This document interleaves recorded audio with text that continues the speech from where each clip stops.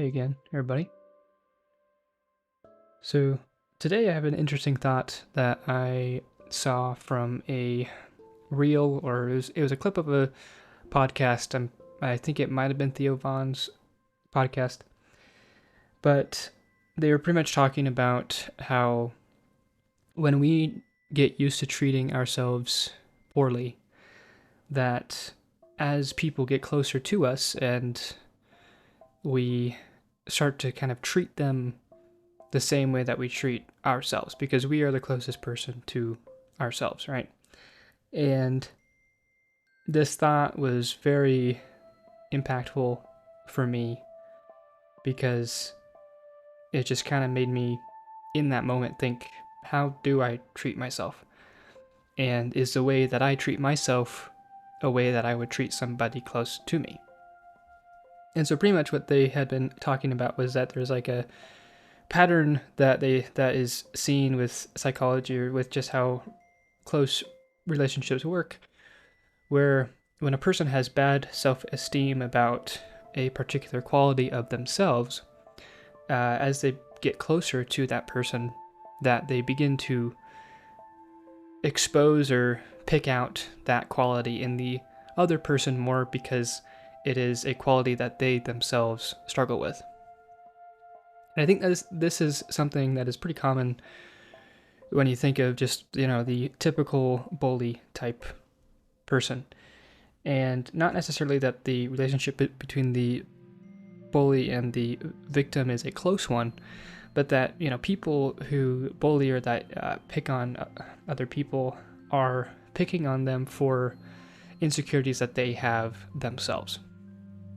And so a person who is, insecure about their body size or anything like that might pick on somebody else for the same reasons, because they have not resolved that within themselves. And so this thought, though, of how the closest person to ourselves is ourself, and that the way that we treat ourselves will eventually become how we treat the people that become close to us, just like how we are close with ourselves. That thought is pretty interesting, and definitely kind of makes you rethink a lot of things of how you do treat yourself. And I know that if I had anybody outside of myself tell me, half the things that I tell myself when I'm struggling, or when I feel that I'm coming up short, I wouldn't take it. I would defend myself. And so that's often really what the fight is kind of defending ourselves from ourselves. And there are many reasons why we have this, and why self-deprecation is such a common thing. But I think it's easier nowadays, even more, to get into that mindset. I think that there's a lot of reasons now, or a lot more reasons now, that people have to do such. And mostly I think that's just with how connected that we all are through the internet, and just there's so many more expectations that are felt like they're that are put onto us when they're not really.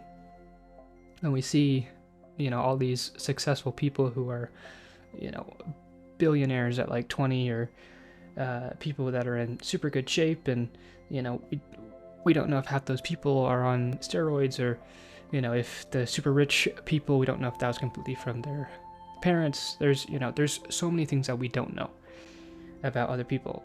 And so putting those expectations onto ourselves, really can just hurt us. And so that's where that self-deprecation, I think, comes from a lot of people, is that they're holding themselves up to a standard of a different person. And so I also put this quote at the beginning from Van Gogh that says, "If I am worth anything later, I am worth something now. For wheat is wheat, even if people think it is grass in the beginning." And first of all, I think this is a very powerful quote, and I saw it also on Instagram. I saw it. There's an account I follow called, like, stoic visuals or something like that, but they post quotes like this and some cool art. And when I read that, that kind of made me think of how to tie this into the thought of how I treat myself is how I'm going to treat others. And how if I'm worth anything later, as in I have these goals and these standards and these aspirations that I want to hold myself to and that I want to get to, that if I can see myself getting to that, that potential is already there. So I'm already worth that much because I have the potential to be that much. Now, that's not supposed to be an excuse of, oh, well, if I have the potential to be there, then I already am that thing and, I should feel good about it. Or that, it should inflate ego or anything like that. But it's more so to know it within you that you can get to that point. That it's more of an inevitability than a prospect. And I think this is a good mindset to have just with anything that we want to get into or that we want to be good at. And we should also put this on other people, though, of how we view other people, of that if we're going to think of ourselves in the same way, we should think of other people in the same way. That we shouldn't look at people for just the way that they are now, but for the potential that they could be. And I think that will remove a lot of hatred and a lot of judgment, a lot of assumption that we have about people. So to share an example of this, my whole life, and I've spoken about this briefly in other videos, and maybe some people have picked up on it as you've watched, but I do have a speech impediment, and it's a lot better now than it used to be. But occasionally I do stutter and I get stuck on things, and so I do edit the audio for that reason. But it's not something that I'm like super insecure about anymore. And so growing up with that, though, made me very quiet. And I really didn't talk a whole lot, especially when I was in like elementary school, and middle school. It was pretty hard for me to make friends. And of course, I was still able to do all of those things, and I went to speech therapy and all that stuff.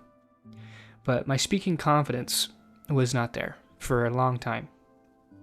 And really through doing these videos has my confidence and my speaking ability really gone up. And because of that, though, I am a very naturally quiet person. And I don't really take the first step to introduce myself or really start a conversation with a lot of people because I still have that fear embedded in me that I'm going to mess up or I'm going to stutter and it's just going to be embarrassing and awkward. And so this made it where I have this kind of expectation of people that they're going to also be quiet or that they're also going to be just as quiet as I am. And quietness is something that I very much value. I'm a very light sleeper too. Like just silence is very important to me and that stillness. And so growing up, probably my biggest thing that would make me upset was very loud sounds or people being loud for no reason or just unnecessarily. And so I kind of expected that people would have that same standard of, okay, I'm supposed to be quieter. Like, this is a quieter space. I need to be respectful of that. But of course, not everybody is. And some people are just naturally louder and are more outgoing and are going to be more talkative. And so this was a thing that would kind of annoy me for a long time. And I would just kind of make those quick judgments of those people of like, oh, like their parents didn't like tell them like when to speak or that they are just being obnoxious just to be obnoxious. And so I would kind of instill that standard that I had only grown because of my own life experience into other people, which is of course not fair. And so to tie that into the whole point of this is that I was treating myself with this standard of, silentness and being quiet, and so I began to treat other people in that same way of like, I can you be quieter, or things like that. And because of that, I think I definitely came across as probably snarky and, maybe disrespectful in some circumstances, or where I was getting annoyed of things that I really didn't need to be annoyed about. And so how I was treating myself became how I then began to treat others. So yeah, it was just kind of a dumb thing that I did for a long time, and I'm a lot better about it now as I've gotten more confident in my own speaking ability, where I am able to be louder now and things like that. But overall, we all have our own individual life experience, and that shapes how we treat ourselves. And so everybody else has their own experience, and so we can't just instill our experience onto somebody else. We can't treat ourselves the same way that we treat others. Well, we should treat ourselves the same way that we treat others, as long as it's a good way, but that we have to recognize that self-deprecation does reflect onto other people. And making notes of that, and just making mental notes of, okay, I had this thought at this point, and just kind of trying to grow with that. And I know I've been trying to work on that.